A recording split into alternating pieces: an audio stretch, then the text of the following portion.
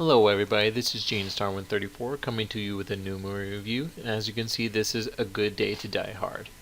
Now, being a fan of Bruce Willis, what could go wrong with another Die Hard movie? Die Hard has always been a very major selling franchise.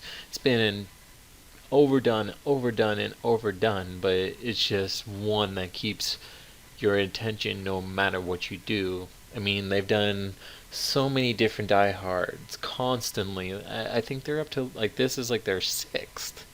And it's pretty hard to mess up the chemistry that was made for these movies. It's one of the things that's made Bruce Willis a die-hard action hero and one of the most famous.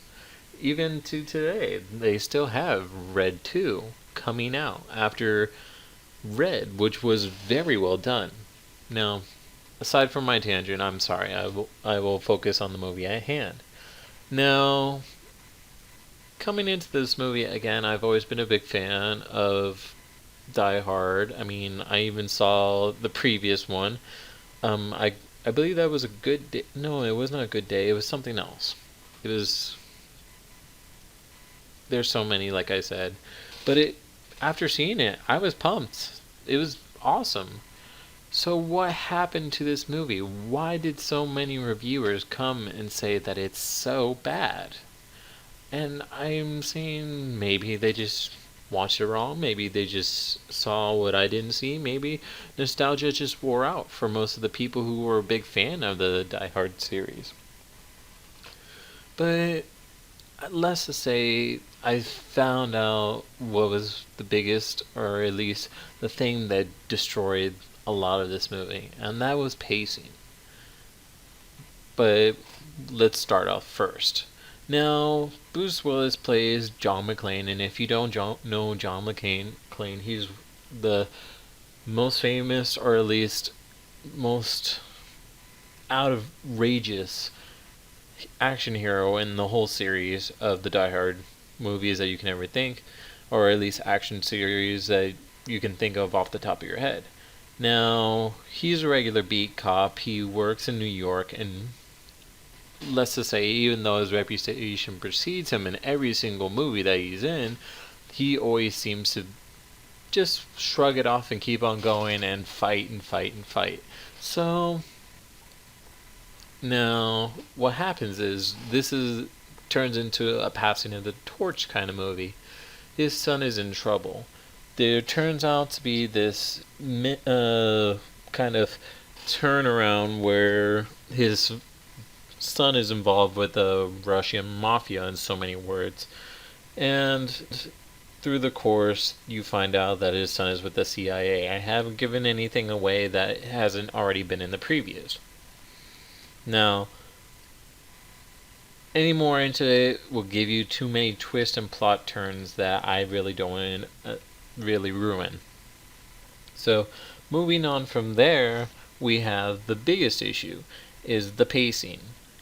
Normally with all movies, you get a character in a build-up and a development, and finally you get your pinnacle, your action series, your moment that just, instead of just having a peak in most movies, it's a peak and plateau of almost flatlining proportions at that peak, and then you get your ending, or at least cool down. And the problem is, within the first 30 minutes, it's just peaked. There is no build-up, there is no development, there is no, oh, this is what's going on, what the story is. It's just bam, bam, bam, bam, bam.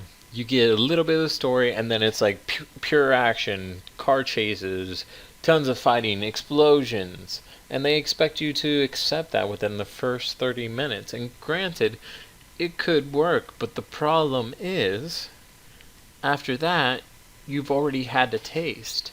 And anything after that, after you finally cool down from that, feels minuscule. It's like serving dessert before dinner. It just doesn't work.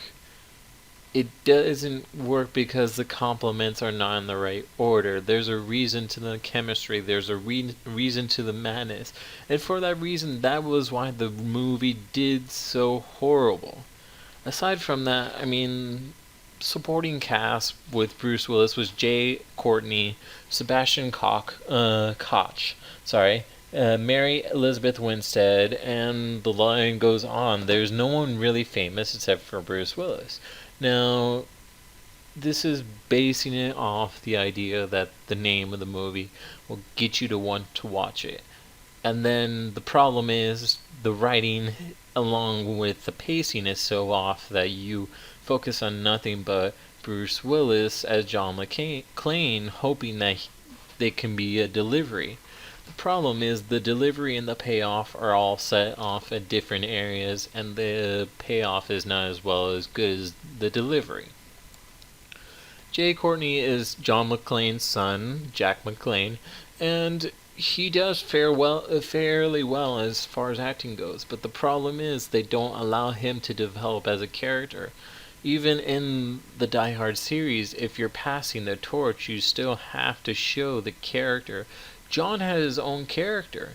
He had his own build-up. Even throughout his battles in the movie, you saw this character, this kind of aggressive but non-aggressive, this kind of just this sarcastic asshole who would constantly fight you, and he refused to die, and that's what we loved about him, was the fact that he was the overall badass that everyone wanted to see. He was, in a sense, a similar idea to what an American hero would be. And since this is a passing of the torch, you would expect the same of Jack. Problem is, the character is not allowed to develop within the scenes. It's still focused so much on John McClane that Jack is not allowed to develop, so there is no story afterwards. And it really just boils itself and gargles itself and throws it for a loop in so many words, so many contexts. It really just could have been something so well done, but at the same time they tried to go by this nostalgic explosion, constantly throwing everything for a loop, like it's Transformers 3, like just pay attention, this is all you need is explosions, a little bit of story, and then a famous person in your set. And that's what was wrong. It just did not sit well in any form or fashion. The actors were fair, like I said. The story was very loose and not satisfiable at all. And overall, the one thing was, as far as the battles go, they were beautifully stunning, choreographed and everything. But that cannot satisfy just for someone who wants to watch a good action movie. Even those who are, I would not say dumb enough, but someone who wants to shut off their mind and watch action still wants a decent story. And that's the problem. That is why this movie is bombed, and I'm sorry to say, it is probably the worst Die Hard I have ever seen made. Bruce Willis, I love you, but this is one movie that just did not sit well. I'm sorry that it is a black mark on your career. But that is the breaks. And this is Gene Starwin, 34, signing out.